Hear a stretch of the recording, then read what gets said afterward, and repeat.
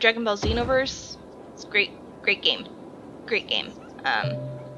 Even though it's a ton of, recycled content from the first game, I actually enjoy it more than the first game because your character, I think, it feels like they're more involved,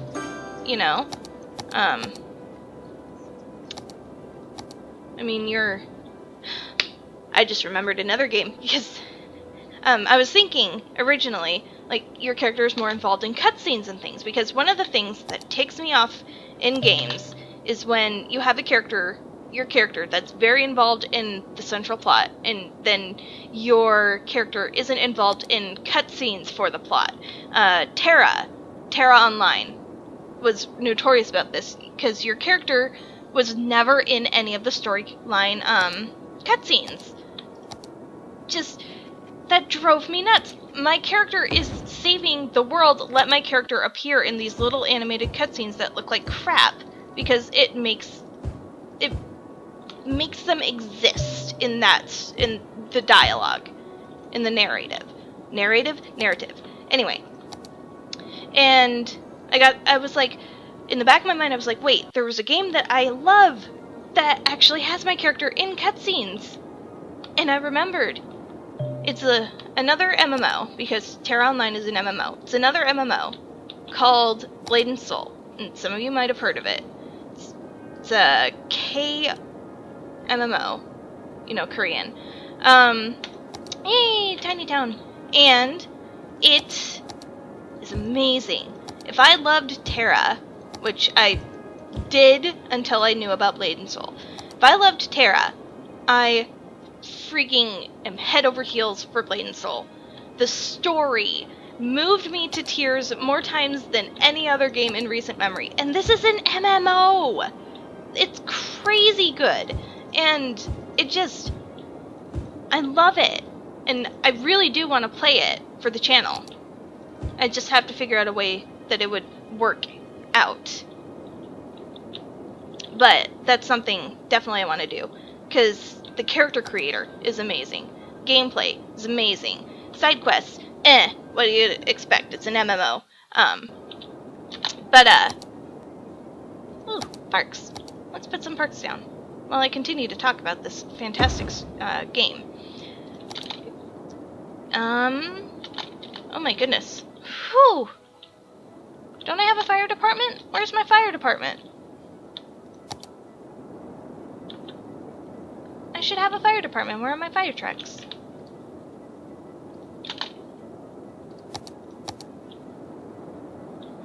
There's one. Probably should do another one, but whatever. So yeah, Blade and Soul. Gameplay, it's... In combat, your character isn't static. And that is amazing. Your character can move around while you're casting spells. There's very few classes compared to other, MMOs. It's only got, I think, 9, and only 4 playable races. But just because they didn't focus so much on adding, 5 healer classes and 6 support classes, they were able to focus on so much more in the game. I mean, it's still pay to win, in several different ways, but I never felt like I had to pay in order to play the game. Just play the story. And I still haven't beaten the story. They actually had a big game update where they changed a whole bunch of stuff about it that made the game a bit easier, which was good because I screwed up my first character with the way that I leveled them and geared them. But absolutely, I'm gonna look into playing that again, because playing it for the channel, just thinking about it makes me excited again. Because you can make the cutest... They have the token little race. You know how every MMO has the token little race that they use for all their advertisements and to get people into the game. And theirs is the Lin. And the Lin is, a little animal race. But, oh my goodness, they are so precious. You can make these cute, adorable, lolly-looking things, and then there's the Jin, which is like anime girls and anime boys, and then the Gons, which are big. The men are freaking huge, bulky, big, and the ladies are like pin-up poster ladies. And then there's the Yuns, and they're female only. And they're super seductive, aristocratic, intelligent ladies. And there's, out of the 9 classes, there's a few race-specific classes. But one of them is the assassin. It's Jin only, so I've never really played it because I like to play as Linz. But an assassin class in an MMO. That's just crazy to me. Crazy good. Crazy in a good way. But, amazing. The game is amazing. There's no other way to say it.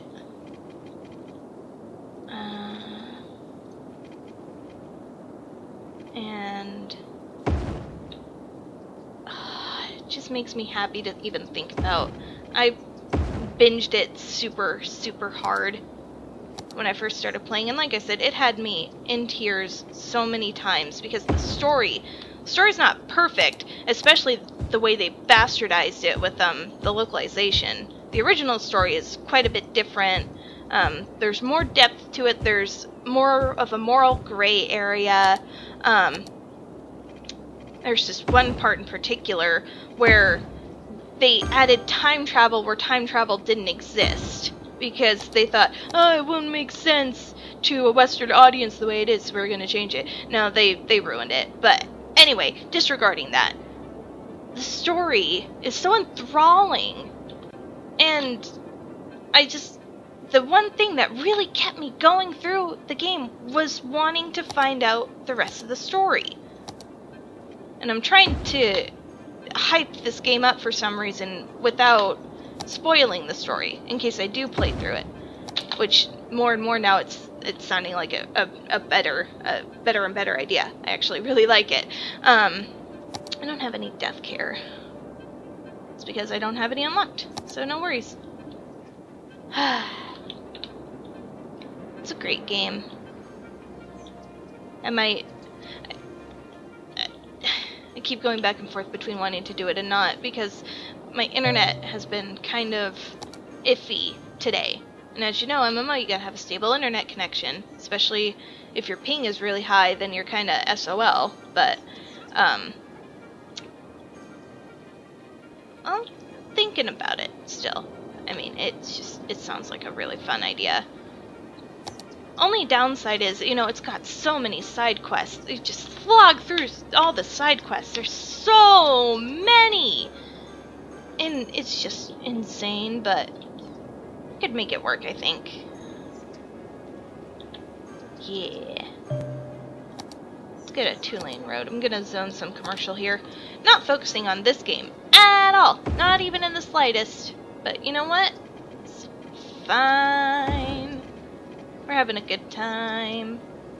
I'm having a good time. I don't know about you guys, but I am having a great time. Nope. There we go.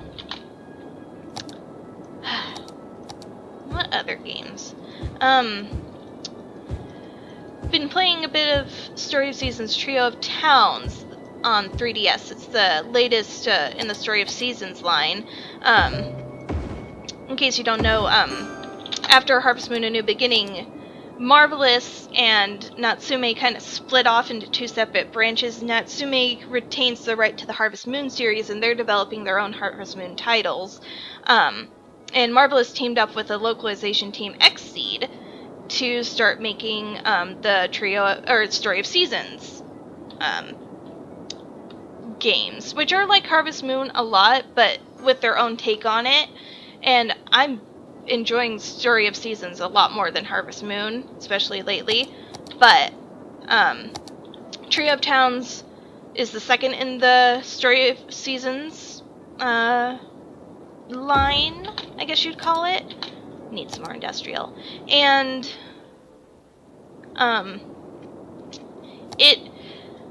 I was so hyped about it because I got it like the day it came out, or very soon after it came out, and I was thinking it was going to be great. I'd seen a couple of screenshots, and I thought, oh, I love this art style. It looks like, you know, they really went all out, and got it, and I started up a new game. I'm like, oh, what is with the character models? Why do they look so cartoony? I don't like it. Why can't they go back to how they did it in A New Beginning and Story of Seasons 1, you know, where I could make super hyper cute characters? And the art took some getting used to, but the gameplay is amazing, and the characters, there's less. Actually, I shouldn't say there's less of them. I should say there's kind of more of them, but they're all really well thought out, and they're very deep, all of them. And I really like it. I mean, one of the bachelors in particular, his name's Ford. Ford! He's the most precious thing.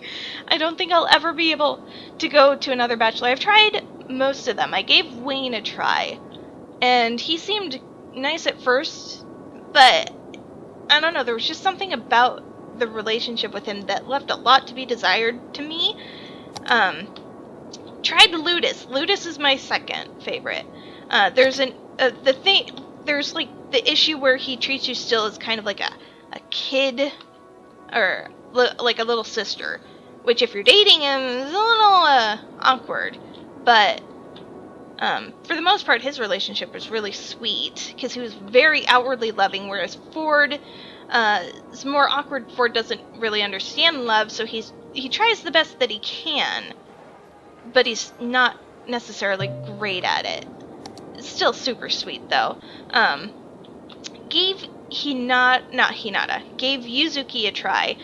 I don't really care for the super feminine looking guys if I'm not playing them. Basically, I mean, he was sweet and all, but maybe like a little too sickly sweet, if you get that. Refuse to go for Hinata. I do not do lowly shotas. Like I said, unless I'm playing them, in which case, heck yes. And that brings me actually to another point that I'll talk about in a little bit, but other bachelor is Inari, and Inari looks like Kid Inuyasha, and I feel like a pedophile just thinking about marrying them. Thankfully, you can't have kids with them yet, which I think is really good, but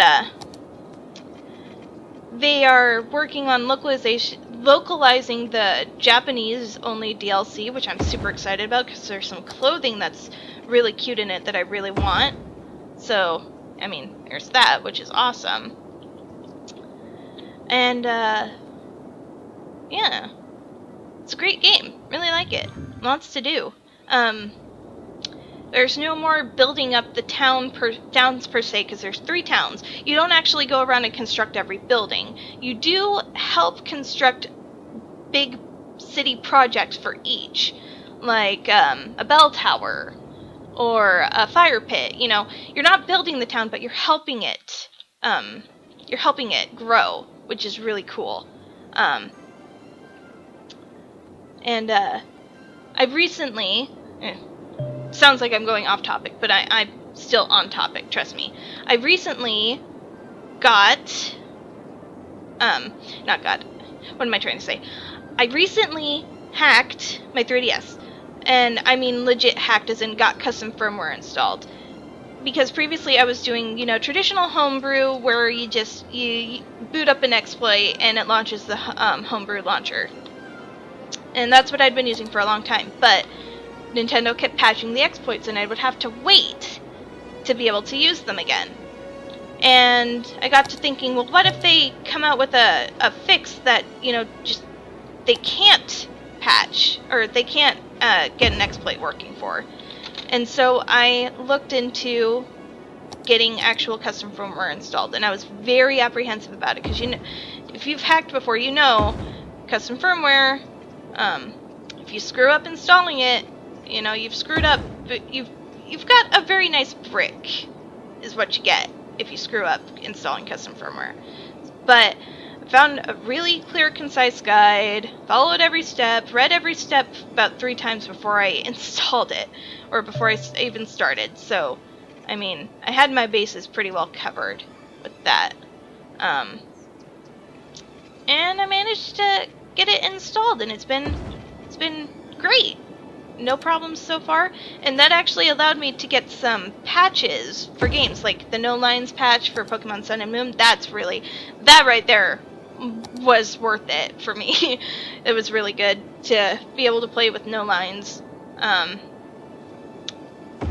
then I found a patch for Trio of Towns that removes gender restrictions on marriages. So you could, if you're a boy, you download the boy patch, and then you can marry any of the girls or any of the guys. And in a life sim, like Story of Seasons, the fact that it's not included already in the base game just baffles me. That I cannot wrap my head around that.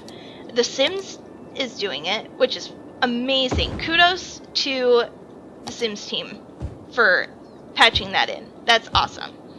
That's old news though. But to be able to do it for Trio of Towns made me super happy. And I'm very glad that I have that ability now. It just, every time I restart the 3DS, I have to apply the patch again. But, that's a small price to pay for, basically expanded choice.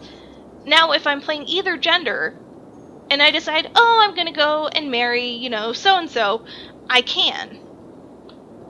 And that freedom is just really exciting. And I love the fact that another player was able to do that.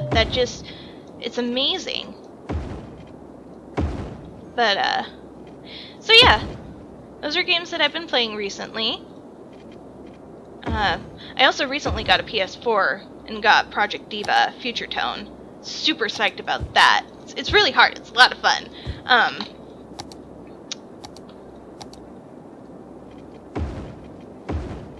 Yeah, I like music rhythm games, especially Japanese ones, because it's using Vocaloid music, and Vocaloid, if you don't know what it is, it's Japanese voice synthesized music. They have these programs that make it sound like someone is singing, and it's really cool, and I wish that something like that was popular in America, but English is such a difficult language to be able to do, and Japanese is very simple because all of their vowel sounds are the same.